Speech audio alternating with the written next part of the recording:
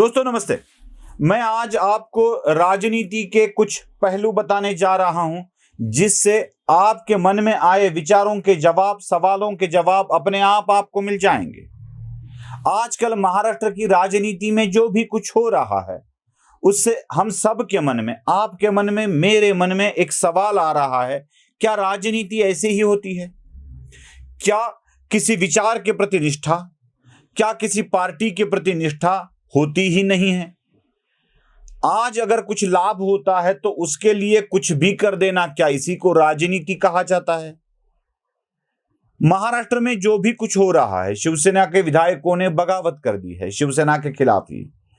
उनका कहना है कि हम शिवसेना से ही जुड़े हुए हैं, हम जड़ से जुड़े हुए हैं, लेकिन शिवसेना का आज का नेतृत्व शिवसेना के मूल विचारों से दूर जा रहा है।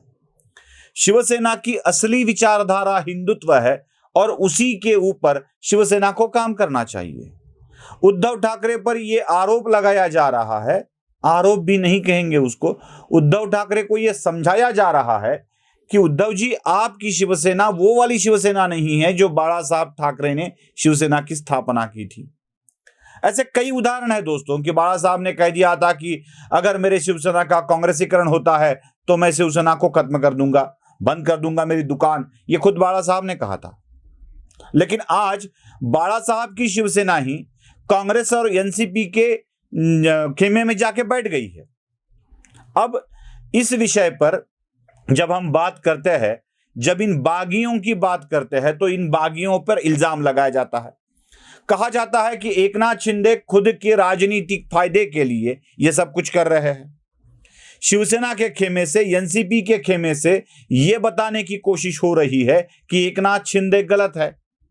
शरद पवार ने यहां कह डाला कि जो भी कुछ बागी है उनको उनका फल भुगतना पड़ेगा, उनके परिणाम उन्हें भुगतने पड़ेंगे। अब शरद पवार ये बोल रहे हैं कि बागियों को उनके परिणाम भुगतने पड़ेंगे, बागियों को इसका फल मिलेगा। ये कौन बोल रहा है? जो खुद ही बागियों का बादशाह है, जिसने खुद बागी क्या होता है ये महाराष्ट्र की राजनीति को सिखाया है, जिसने खुद कई पार्टियों के, कई फैमिली के लोगों को बागी बनाकर अपने साथ लिया है, उनका इस्तेमाल किया है। हां, मैं ये शब्द फिर से एक बार करूंगा कि उनका इस्तेमाल किया है।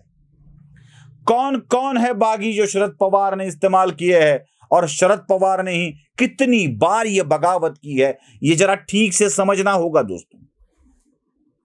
आमतौर पर एकनाथ शिंदे को विलन साबित कर, विलन करार देकर शरद पवार और उनकी पार्टी शिवसेना के साथ मिलकर शिवसेना पर ही अटैक कर रही है। कितनी खूब चाल है, देखिए ये कितनी खूब चाल है। शरद पवार शिवसेना के बागियों को गलत बताकर शिवसेना के ही नेता और कार्यकर्ताओं को बाध्य कर रहे हैं अपने ही नेताओं और कार्यकर्ताओं पर हमला करने के लिए। मतलब मेहमान की काठी से साफ मारना जिसे कहते हैं ना, यही शरद पवार कर रहे हैं। जो खुद सन 1978 में बागी बनकर उभरे थे, आज एकनाथ शिंदे के साथ शिवसेना के 38 विधायक है। 78 की दुनिया में आप चले जाओ, उस साल में आप चले जाओ, तब शरद पवार के खेमे में भी कांग्रेस के 38 विधायक थे। 38 विधायकों के साथ ही शरद पवार ने अपनी नई पार्टी का गठन किया था और वसंत दादा पाटिल की सत्ता को परास्त कर खुद के हाथ में मुख्यमंत्री पद की कमान ले ली थी। यही शरद पवार है जो बागियों को सबक सिखाने की भाषा करते हैं, लेकिन खुद नहीं सिखाएंगे, खुद नहीं सिखाएंगे, वो शिवसेना के हाथ से सिखाएंगे। मतलब लड़ते हो तो तुम आपस में लड़ो भाई, आपस के घर में लड़ाई करो, हम नहीं करेंगे। हम आपको सिर्फ बताएंगे कि लड़ना पड़ता है, मारना पड़ता है। जो खुद एक बार अपने गुरु, जिनको यशवंतराव चव्हाण को शरद पवार अपना गुरु मानते हैं, अपने गुरु की सूचना को नजरअंदाज कर खुद शरद पवार बागी बनकर 78 में पहली बार मुख्यमंत्री बने थे। उन्होंने शिवसेना के ही विधायकों, माफ कीजिएगा, कांग्रेस के ही अपने ही पार्टी के विधायकों को पार्टी से अलग कर खुद के लिए मुख्यमंत्री पद हासिल किया था। अब यही शरद पवार है, दूसरी बार बगावत करते हैं।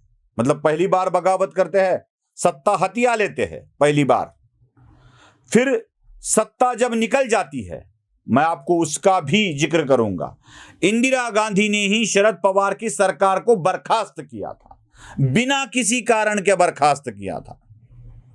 आज अगर केंद्र की सरकार महाराष्ट्र के सरकार को बर्खास्त करती है तो यह बहुत हंगामा मचाएंगे, बहुत ही हंगामा मचाएंगे। लोकतंत्र खतरे में, लोकतंत्र ऐसे, लोकतंत्र वैसे। लेकिन इनको याद रखना चाहिए कि इंदिरा गांधी ने ही शरद पवार की सरकार को बिना किसी कारण के बर्खास्त किया था।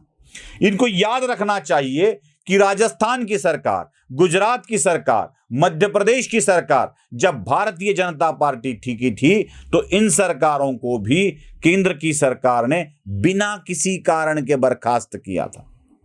सरकार के बर्खास्त करने की बात तो अलग है, इस विषय में इस वीडियो में मुझे इस बात पर चर्चा नहीं करनी है। लेकिन शरद पवार बर्खास्त करने के बाद कुछ साल विरोधी दल में रहे, उसके बाद फिर से कांग्रेस में शामिल हो गए। औरंगाबाद में बड़ी सभा हुई थी, राजीव गांधी के नेतृत्व में शरद पवार कांग्रेस में विलीन हो चुके थे अपने यस कांग्रेस को लेकर। और उसके बाद फिर से एक बार शरद पवार ने बगावत कर दी, कांग्रेस से छूटकर अपनी नई संताप कांग्रेस बना ली। अब संताप कांग्रेस मैं क्यों कह रहा हूं, इसमें यह भी जरूरी है। संगमा का सन, तारिक अनवर का ता और पवार का प अगर लेते हैं तो बन जाती है संताप कांग्रेस। कांग्रेस के खिलाफ संताप दिखाकर ही ये बाहर हुए थे, तो इस कांग्रेस का पहला नाम तो संताप कांग्रेस ही होना चाहिए। बाद में ये एनसीपी बनी। तो संताप कांग्रेस की स्थापना करते वक्त शरद पवार ने फिर से एक बार बगावत की थी और कांग्रेस के कई नेताओं को लेकर वो बाहर जा चुके थे। इस वक्त मुद्दा था सोनिया गांधी के विदेशी होने का।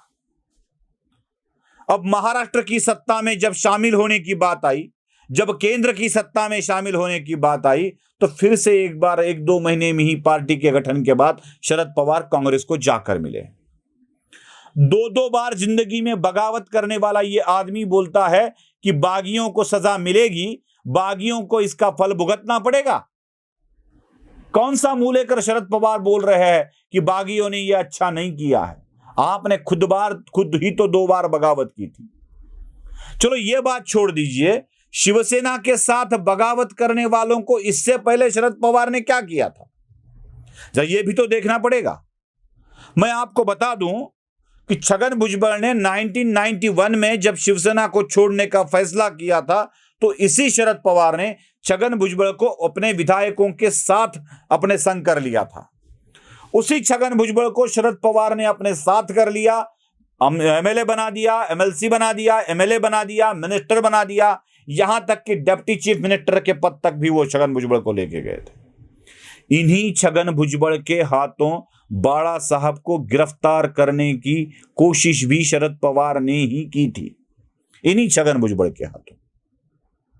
वहां भी शिवसेना के नेता को शिवसेना के खिलाफ ही इस्तेमाल किया था। अब भी वही खेल हो रहा है, वही खेला हो रहा है। शिव सैनिकों को ही शिव सैनिकों के खिलाफ लड़ाया जा रहा है।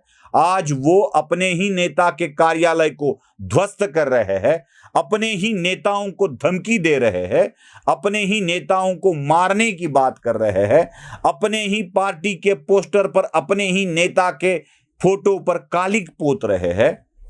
तब भी वही किया था, अब भी वही कर रहे हैं। सिर्फ छगन भुजबल की बात नहीं कर रहा हूं मैं। गणेश नाइक जब शिवसेना से बगावत कर राष्ट्रवादी कांग्रेस में आ चुके थे तब क्या हुआ था? यही शरद पवार है जिन्होंने अपनी पार्टी में इनको शामिल कर लिया था। यही शरद पवार है जिन्होंने भोसले घराना, जो छत्रपति शिवाजी महाराज का घराना है, उस घराने के लोगों को भी बगावत पर उतार अपने पार्टी में शामिल कर लिया था। आपको याद होगा उदयन राजे भोसले और अभय सिंह राजे भोसले में जो विवाद थे, उन विवादों में कभी उदयन राजे को, कभी शिवेंद्र राजे को अपनी पार्टी में लेकर वो झगड़ा कर रहे थे। घर में ही बगावत। आप बीड़ में चले जाओ, बीड़ के शिवाजीराव पंडित, जिनके बेटे अमर सिंह पंडित आज शरद पवार के बड़े प्रशंसक है, एक बार भी अमर सिंह पंडित को शरद पवार विधायक नहीं बना पाए विधानसभा का, बस विधान परिषद पे एक बार लेके गए थे, वही क्या उनको एनसीपी से मिला, वही एक चीज मिली उनको एनसीपी से। लेकिन इसी शिवाजीराव पंडित के घर में उनके भाई बदामराव पंडित को अलग कर अपने खेमे से मिनिस्टर बनाने वाले, अपने खेमे से विधायक बनाने वाले शरद पवार ही थे। कभी शिवाजीराव पंडित को अपने बगल में बैठाते हैं तो कभी बदामराव पंडित को अपने बगल में बिठाते हैं।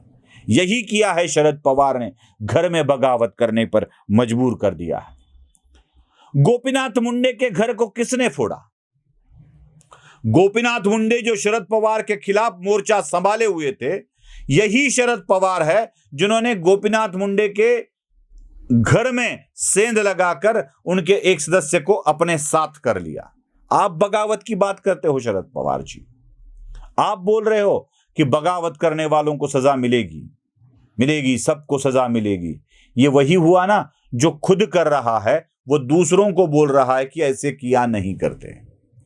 आपने ही अपने पार्टी के साथ एक बार नहीं 2 बार बगावत की है, आप बार बार उसी पार्टी में गए हैं।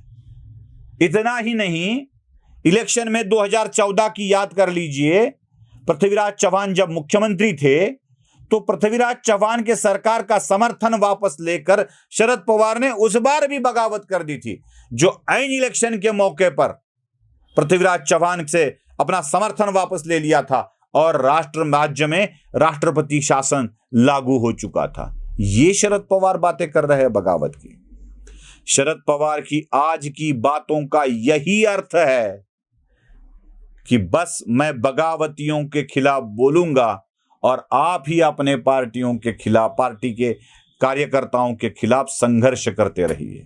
मेहमान की काठी से सांप मारने की ये पवार साहब की पुरानी आदत है, बस यही आदत आज वह फिर से एक बार इस्तेमाल कर रहे हैं। वीडियो पसंद आए तो लाइक, शेयर और सब्सक्राइब जरूर कीजिएगा। धन्यवाद।